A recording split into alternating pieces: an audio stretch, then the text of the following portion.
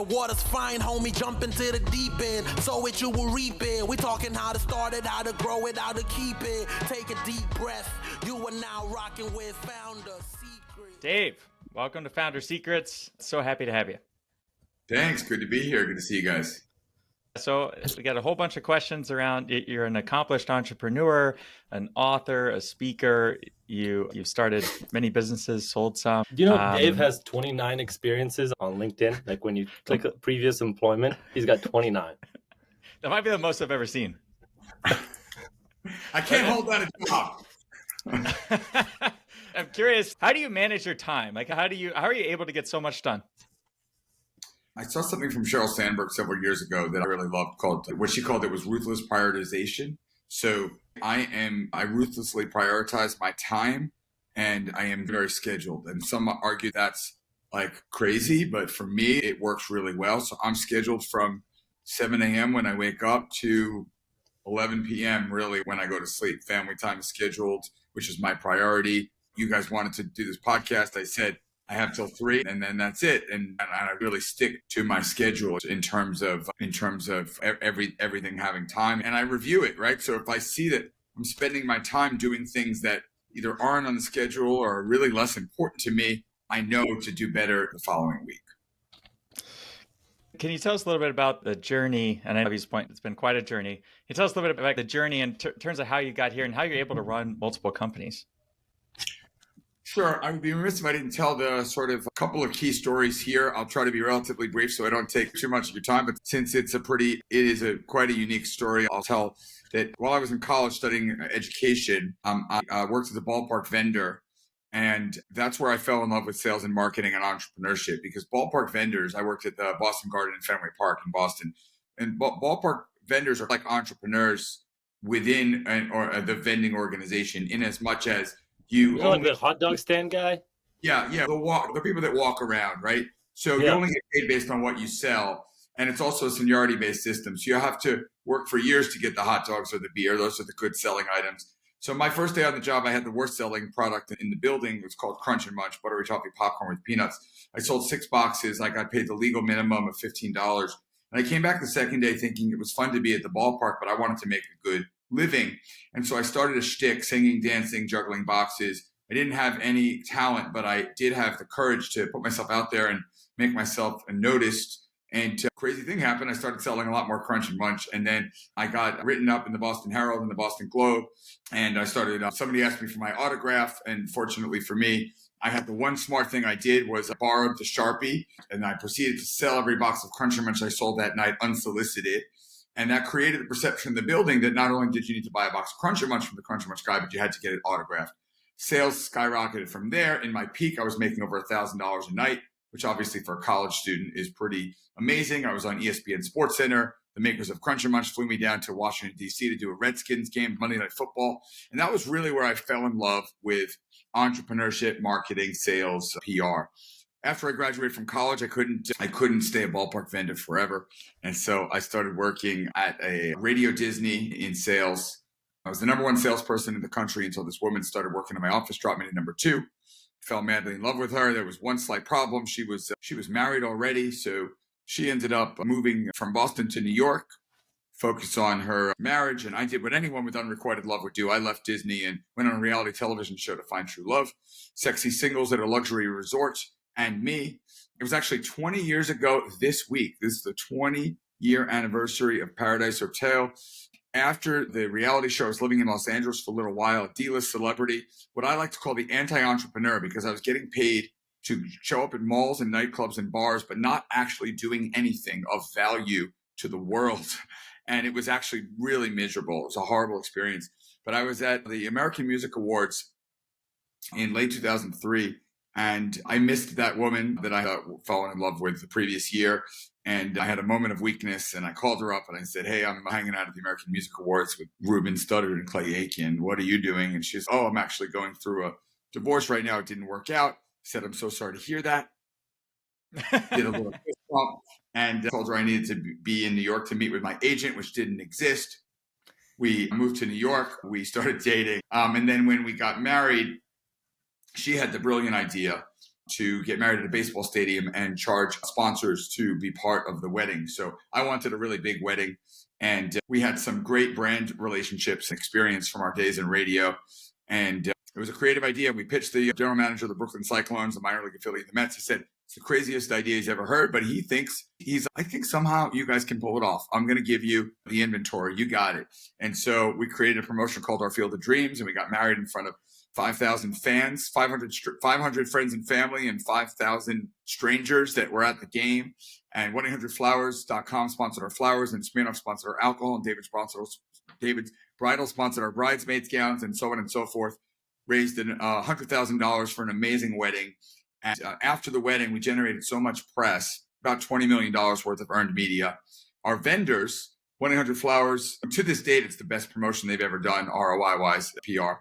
And Entenmann's, who had sponsored our desserts, they said, this was amazing. What are you guys doing next? We couldn't get married again, so we started a marketing firm. And that was really the beginning of our first formal company that we sold 2 years ago. Of course, I've started a number of companies since then, but I love thinking. What I always love to do, and what of course many entrepreneurs do, is see problems and look for solutions. And really all I did with Crunch and Munch Guy was I had a problem. I needed to get people's attention selling Crunch and Munch if I wanted to make money, and I solved it. With the wedding, we wanted to get married. We couldn't afford a traditional wedding in New York City, so we solved that problem. And ever since then, right, I've been thinking, what are the problems out there that I experience and that people I know experience, and how can I solve them? That's an amazing story.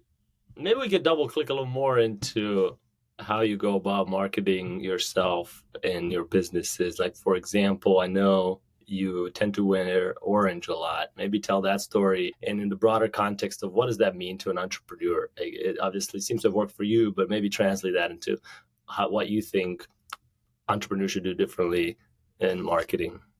One of my core tenets that I wrote about in my book, The Art of People, is standing out, developing your own signature style. And when Likeable's original logo was a blue thumb, and our lawyers said that it looked quite a bit like the Facebook's blue thumb and we shouldn't use it. We had our designers mock up a few different alternatives, and they did an orange thumb that I fell madly in love with. And it was like, that was the moment that I went all in on orange. I started wearing orange shoes. I started collecting orange shoes, and I only had, I think, 9 or 10 pairs when I was at a conference for a second company I started, a software company, where I was looking to meet this investor. And I had just received a warm intro via email, which is, of course, how you should meet investors. But his email had an auto reply that said, I no longer respond to email. Find a more creative way to get a hold of me. So I was like, oh, my God, that's crazy. But I saw he was speaking at this event in New York City. So I booked a ticket. It was $1,000, booked a ticket at this event. And his name is Dave McClure. He's the founders of 500 startups. So a really experienced investor, right? So Dave's speaking at this event, and I book a ticket. And I was like, no problem. I'll just walk up to him and to strike up a conversation and get him to take a meeting and pitch him my business. But lo and behold, like every time I tried to get a hold of him, there was a line of 50 entrepreneurs. Apparently, a lot of people had the same idea to meet him. And I went all day without successfully meeting this guy. And it's 5:30 p.m. I'm so disappointed. I wasted an entire day and $1,000. And I'm waiting online at the bar for a drink. I'm like, I'll just drink my sorrows away. And all of a sudden I hear, I need to meet the man that's wearing those mother effing orange shoes. And I look up, and there's Dave McClure. In a sea of people, he had actually sought me out because of my bright orange shoes. We ended up, of course, meeting. He ended up writing a $250,000 check the following week, ended up putting in over $600K. And I have not stopped wearing orange shoes since. I now am up to 97 pairs of orange shoes. So I wear orange shoes every single day. The only exception, I have one non-orange pair of shoes that I wear to funerals out of respect. But pretty much always I wear the orange. And it's become a signature. It's a calling card. So it does two things. First, people remember it, right? Like yourself and folks. It's very easy to find me, but also to just it's something worth remembering. But it's also a conversation topic. You'd be surprised how many introverts actually seek me out and have a conversation on the train or a plane. Love your shoes, love the shoes, etc. And it's opened up many conversations. So more important for the listeners, the takeaway is, what's a signature style that you're comfortable with that you can be known for, right? And maybe it's wearing a certain color tie or having a certain handbag or something in your hair I worked with a woman that started wearing pearls all the time, right? But something that stands out and represents you well. And certainly for me, the color orange, but specifically the orange shoes. Can't wear orange shoes on a podcast, of course, but the orange shoes works well. That's interesting. How do you translate that into a digital? Is that also translated into certain things you do in your companies? You're right. You can't, that works at a conference, but how does that work when you're sending an email or trying to get a new customer? What's the equivalent of orange shoes that you've seen? Yeah. For me, the equivalent of orange shoes is being really knowing the person that you're sending a message to. I'm really surprised how few people that reach out to me cold know me and have done a ton of research. And those that do, I respond to. So when I reach out to folks, I really try to research them, understand exactly what they're about, understand their background, what they're up to, when they've been in the news, and really connect to them on that level. Also, subject lines. People compose emails. They spend a lot of time, way too much time, composing an email or writing an article, and then the subject line or the headline of that is an afterthought. I do the opposite. I spend 90% of my time thinking of what the perfect subject line is or the headline. It's going to get people's attention. And then I compose the email, because what's the point of an email if people aren't reading it, because people aren't opening it, because the subject line sucks? So I guess that's my equivalent of the orange shoes when doing outreach. Can you elaborate on, because I totally agree with you. Can you elaborate on what your process is? How do you think through, like, what is a good hook or what is a good subject line? How do you think that through? Yeah, there's quite a bit out there, right? So I don't need to reinvent the wheel. There's a lot of data that shows, for instance, really short. Obama in his first campaign did an amazing job that's been copied many times, that I like to copy it, of short subject lines, short, intriguing subject lines tend to perform best. And of course, you can A/B test when working with larger audiences and get a sense for folks' reactions before you go in. And now GPT is opening up the door to making things much, much easier to write subject lines and write emails for us, given the parameters that we give it. In fact, I recently started a new venture with my mentor when he built something super, super cool on top of GPT that takes any name and analyzes every public interview they've ever done to do a full personality assessment about them, and then composes an email in order to reach them. So from a CRM standpoint, it's crazy. So for instance, he put in my name and it analyzed every interview that I've ever done. Would have done this podcast once it's published. And it knew from that what my Enneagram type was, my Myers-Briggs, my strength finders, my hobbies, my things that I talk about.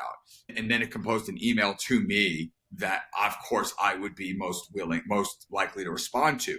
So it's like, wow, if it's going to do all the work for me, great. I don't need to do that work when reaching out to others. What was in the email? Curious. What did they put in? Like that you remember that was meaningful? I knew I was an Enneagram 3 and a Myers-Briggs ENFP and my strength finders. It really knew everything about me, just because there's so much that I've said. Obviously, the more folks have said, the better. And so for those folks that are still private out there, and there are obviously quite a few people that are private, then there's less information available. But for anyone with a public LinkedIn profile, Facebook profile, Instagram profile, even if you haven't done interviews, right? The data's out there. People can. What did it say? Because it's creepy to say, "Hey, Dave, I know you don't know me, but I know you're an Enneagram 3," and you're like, how do you translate that into a good email? What did it actually surprise you? Well, not on an Enneagram 3. It knows that I'm metrics focused and achievement focused and goal focused. And a cold email to me could say, what are the three achievements that you're most looking for this year? And here's one way that I can help you achieve your goals. By the way, what's up with the Mets? They're really struggling right now. So if you combine my interests and my motivations, you can better understand what I'm most likely to respond to. What do you think happens when everyone uses these tools and every email feels heavily customized and the data goes to the nth degree? What does this look like 3 years from now when we're all being bombarded with 100 seemingly customized emails every single day? Yeah, good question. Hard to say. I think it'll take a while for people to get that smart. But I think, to answer your question quite directly, email will become less and less effective as a channel eventually, right? So even Salesforce started the got a minute ? Like subject line. Now I get dozens of got a minute ?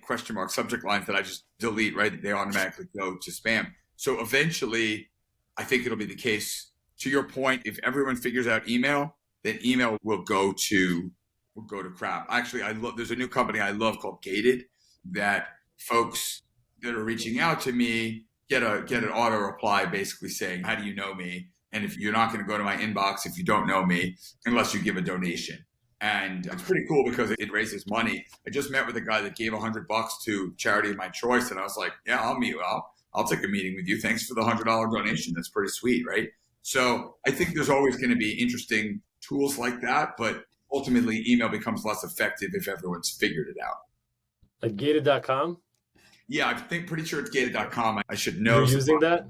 I'm an ambassador. Yeah, I'm a fan. Let's check it out. That's a great idea. So I had a question around, so Likeable was an early business, right? And then you sold it 2021, so 2 years ago. But early on, it was pretty aligned. My understanding is that was pretty aligned with your identity, or your identity was aligned with the business. What was it like selling a business that was, at least at one point, was so aligned with your personal identity? Yeah, it was really hard. In fact, the final negotiations were difficult because it was so aligned. We ended up with some legal stuff around exactly what I can even say in terms of the word likable, right? And the crazy thing is, I'm very proud of how synonymous it was, but of course there's some serious downside to it, right? Vern Harnish, one of the founders of EO, goes around telling people, if you can own a word like Dave Kerpen owned likable, then great. But the downside is when you sell it, you got to move on, right? And it still is really hard for me. The truth is, I can't ever fully move on because books that I've published that continue to sell and be translated and do new editions have the word likable, right? My first book was called Likable Social Media. My second book was called Likable Business. These are out there and forever will be. But yeah, it was really hard. And it is hard when one's identity, and I think when the name isn't so associated with us. I think one thing a lot of entrepreneurs struggle with is the difference between our identity as individuals and our identity as founders and CEOs of our company. And certainly, even when we're operating those companies, that's hard. But certainly after we sell them, it can be very difficult to move on. And for me, I guess I'm a serial entrepreneur, so I'm moving on to other stuff already. But no, there's many people that still know me as the likable guy. And that's, while flattering, also awkward and weird and sad. Right? It's just... I know that early on, you were telling the amazing story about selling the kind of hot dogs and things, or not the hot dogs, but kind of climbing the ranks so you could. Would you consider yourself early on that you were a very creative person, or did the situation create? Were you naturally creative and able to come up with all these ideas and all these businesses that you now have, or did something else inspire that inside you? Yeah, I think it's a very good question. I'm not sure how to answer it except to say I think necessity is the mother of invention. And when we have problems, if we are committed, we can either try to solve them or not try to solve them. If we don't try to solve them, okay, then we give up and just deal. And a lot of people, fortunately for us entrepreneurs, a lot of people do that. But if we're going to try to solve them, I think we have no choice but to try to get creative and try to find things, right? And find answers. And I'm not sure, I wouldn't necessarily call it creativity. I would certainly call it curiosity and commitment to solving the problem that ends up, I think a combination of that curiosity and the commitment breeds what folks might call creativity in terms of coming up with solutions. People have called me creative, but I can't draw, I can't sing, I have no artistic ability. So I'm not sure that creative is the right word, but perhaps, like I said, determined and committed. Yeah. So after you sold the business, you started Kerpen Ventures, right? And investing in things. What do you look for when you're looking to invest in an entrepreneur? Yeah, from one white boy to two others, our first investment criteria is a demographic one. We're really looking to invest in women-owned and people of color-owned businesses. And that said, within that, I look for entrepreneurs, right? I love fellow entrepreneurs, and I look for entrepreneurs that are committed and coachable. As long as they're committed and coachable, the rest can fill itself in. I will say that, of course, if I'm going to put money in, and or be an advisor, which an ideal scenario is I do both. I look for businesses where I can add value. So where I understand at least a little bit, right? So I'd be less likely certainly to invest in some like super technical industrial thing that is above my head. And I'm certainly not very smart. Certain things, biotech, et cetera, I probably wouldn't add value, but there are certainly areas within marketing or marketing tech or SaaS marketplace where I would feel more comfortable being able to add value myself. And I would feel like it wasn't just a check I was writing, but hopefully a little bit more that I could add. Would you recommend, you've written a bunch of books, and I had two questions. Would you recommend other entrepreneurs become authors? And the second piece is, how do you figure out what you're going to write next about? Like, you have a book coming out soon, Get Over Yourself, right? So how do you decide what to write, and would you recommend others do it as well? Yeah, I think to the point of the first question, it's a really interesting question. A lot of entrepreneurs want to do it, but maybe for the wrong reason. Maybe it's ego driven, which again, if you can afford it and you want to do it, who am I to stop you? But I think the most important thing, a lot of people come to me saying they want to write a book. Okay, great. The most important thing that I always say is why? What are your specific goals, right? And for me, I always thought, okay, it'd be cool to write a book. But until a publisher came to me and said, hey, we'd love you to write a book, I wasn't to the point of actually taking action. When they said that, I said, great. And I realized that the goals of writing a book about social media when building a social media agency in the very early years could be driving massive leads and building a brand and a reputation. And by the way, it helped a lot.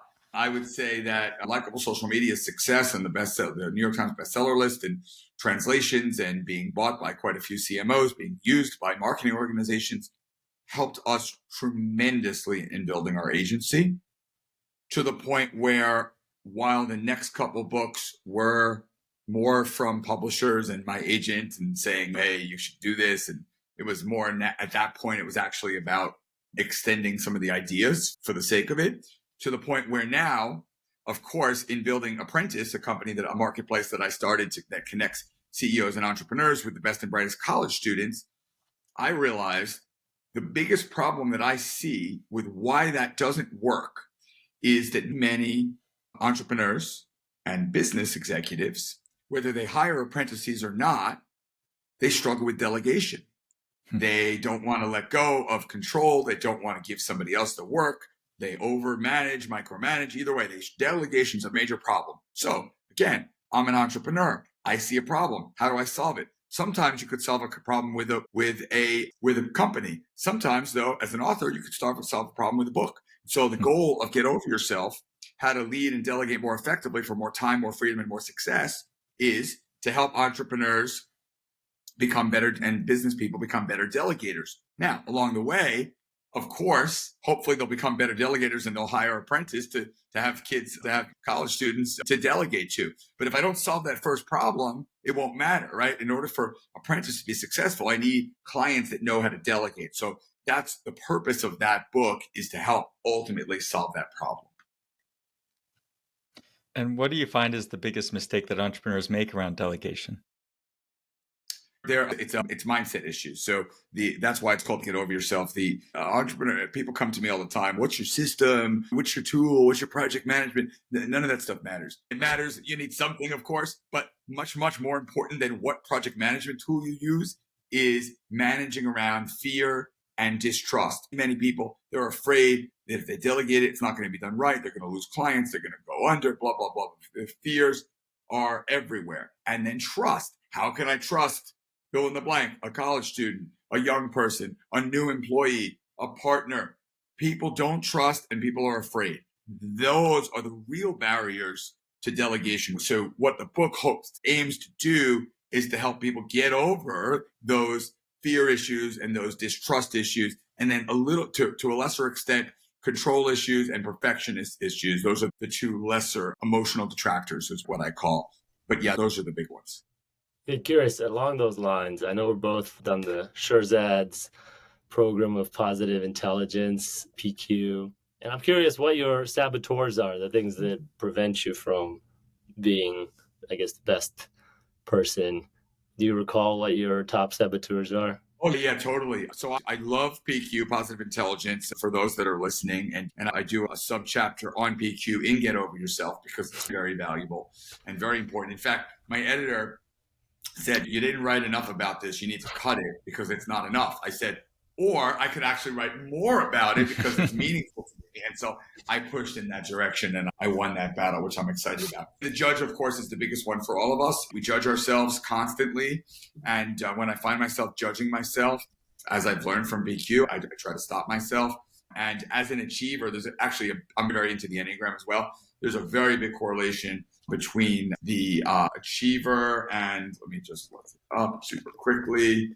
And this one, hold on. The judge gets me good. And this is the assessment. No worries. I'll share that. People should definitely check that out. Mine are. I bet you have a little bit of restless in you. It just seems like you take on so many projects that. No, it's not restless. Restless is sevens. And it's funny though. I'm gonna dish for a little bit because it's found. I got to dish for a second. It's not the nicest thing in the world, but I'm just gonna do this. So I was recruited for. Do you guys ever edit? Maybe we'll edit this out later. I don't know. I was recruited we can edit for. it if you need to. Yeah, if we decide later, okay. Tiger 21, which is like EO or YPO for rich people. And I'm recruited to be like a coach, manager, whatever. And I go all the way up the chain. I meet with the VP. The VP meets with me and goes, wow, I looked at your LinkedIn and I thought she's going to be like, I'm so impressed with how much you're doing. She goes, ouch. I don't know how you could possibly find the time to give to this organization with how busy you are. And I'm like, I got news. When I want something done, I give it to the busiest person I know, right? So for me, and by the way, they passed working with me, which this is where it's kind of digging or whatever, but that's fine. That's fine. But for me, bring it on. As long as I'm prioritizing what's most important, which is why I got to go in about 45 seconds to go get my son off the bus. As long as I'm prioritizing what's most important, bring it on. There's only so much. We can sleep when we die. Right? We can rest when we die. Like I want to get shit done. I want to live the most full life possible. So for me, although sleep is a priority too. Before you run, quick plugs. Give us your quick plugs for the crew. Yeah, so hopefully check out Apprentice for anyone that's looking for help. ChooseApprentice.com. I don't know if there are any big companies, but we have a new AI company that works with Fortune 1000 companies called Kip.ai.